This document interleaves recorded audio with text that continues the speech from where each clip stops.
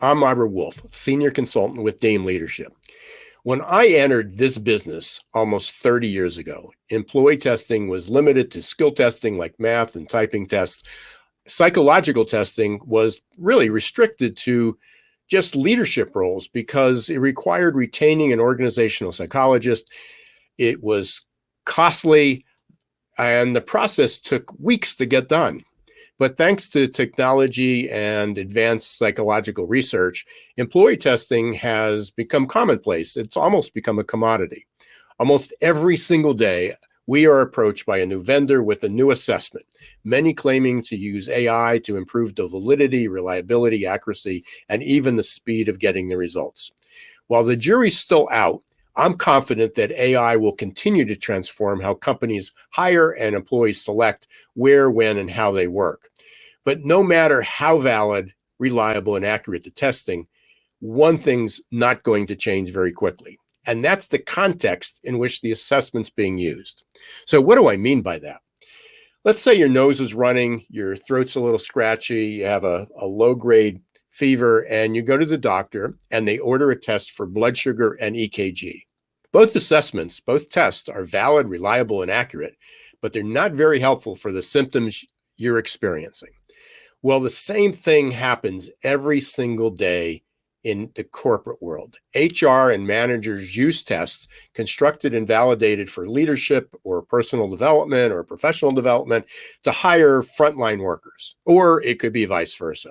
Let me give you an example. Managers want to know if the new employee is going to show up for work, have a positive attitude, and if they can be trusted, especially with money and confidential information. But instead of using an assessment built and validated for integrity, they select a behavioral assessment like DISC or maybe Myers-Briggs because they're familiar with that. Now, I personally love using DISC. I started my business because of the passion I had for it. It's a great assessment, but only when it's used at the right time for the right situation. Another common mistake I continue to see is something I used to talk about 30 years ago.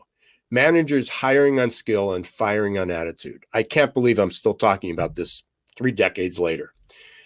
The best approach to selecting the right assessment is to consider if you want to test for skills for the job fit, for if they're going to get along with the coworkers on a team or the manager, and culture fit.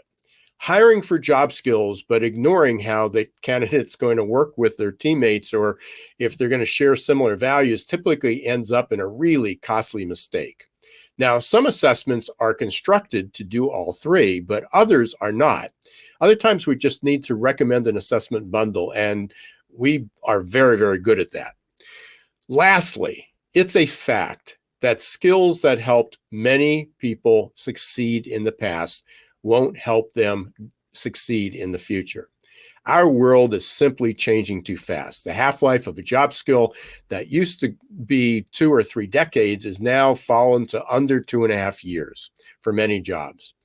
Employee assessments should not be used just to confirm current skills, but identify the potential to learn, potential to grow, and potential to adapt.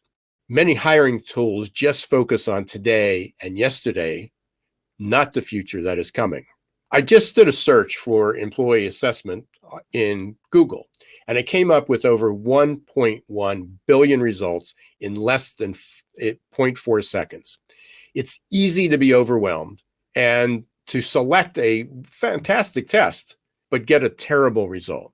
At Dame Leadership, we have decades of experience in helping clients select the right assessments for the right candidates at the right time and helping to evaluate the fit for your jobs, your teams, and your company culture. To learn more about employee assessment, contact us for a free consultation and make sure you read our most current blog article, Identify Strengths and Development Opportunities, The Power of Employee Assessment. The link is in the description or the comment below. And once again, thanks for watching.